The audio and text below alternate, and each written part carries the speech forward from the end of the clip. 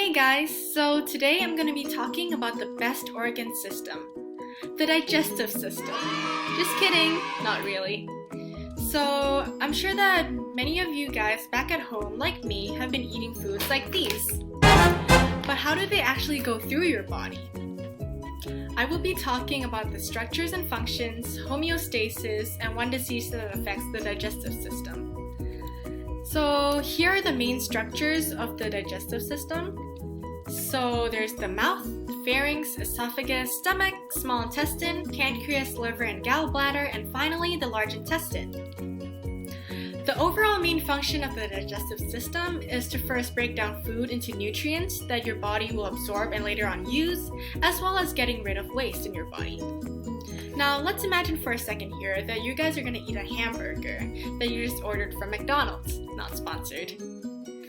So first of all, as you chew, the food gets broken down into smaller pieces, and enzymes such as amylase will help with that. Next, it goes through your pharynx, which is also your throat, and then to your esophagus, where peristalsis happens. Peristalsis is an interesting mechanism that basically moves food down to your stomach. And then in your stomach, digestion continues, and then the food forms a semi-liquid mixture called chyme. And in the small intestine, it's where most of the digestion actually occurs. So here, the chyme is mixed with digestive juices and enzymes from pancreas, liver, and the gallbladder, and then most of the nutrients are absorbed here. Lastly, the large intestine will absorb water, vitamins, and electrolytes, and whatever is remaining here that is left undigested will go through the anus later on to be excreted.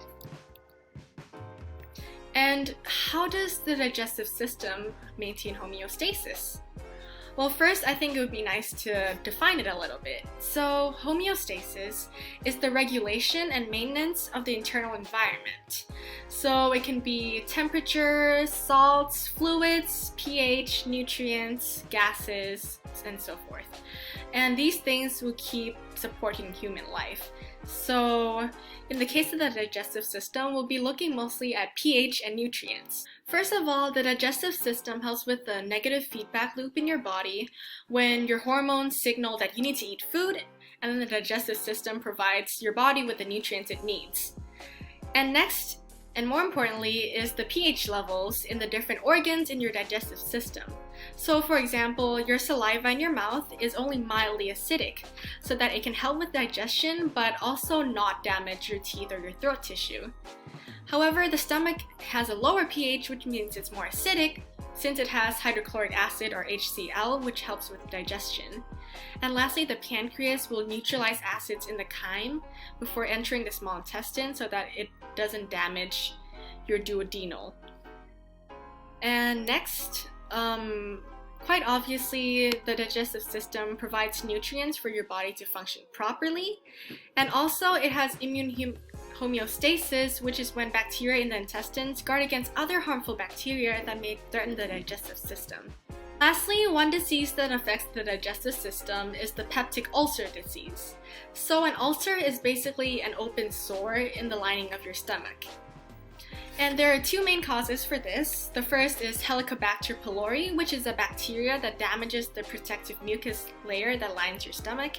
And the second one is pain relievers, which happens if you take them often and for a long period of time. And the symptoms are stomach pain, vomiting, burping, stomach bloating, loss of appetite, weight loss. But the main one is abdominal burning pain in your stomach that mostly happens when you have an empty stomach or in the middle of the night. Thankfully, there are treatments for the peptic ulcer disease. So if your symptoms are very severe, you can have surgery, but if they are less severe, you can take a combination of antibiotics. A common one is Pepto-Bismol, or you can have cytoprotective agents such as PPIs, which will reduce the amount of acids that your stomach produces, and also stimulate mucus production and protect tissues that line your stomach. Lastly, I want to encourage you guys to, instead of eating foods like these more often, try eating these foods, which bring more nutritional value and are healthier for you. Your body will really thank you for it. Thank you!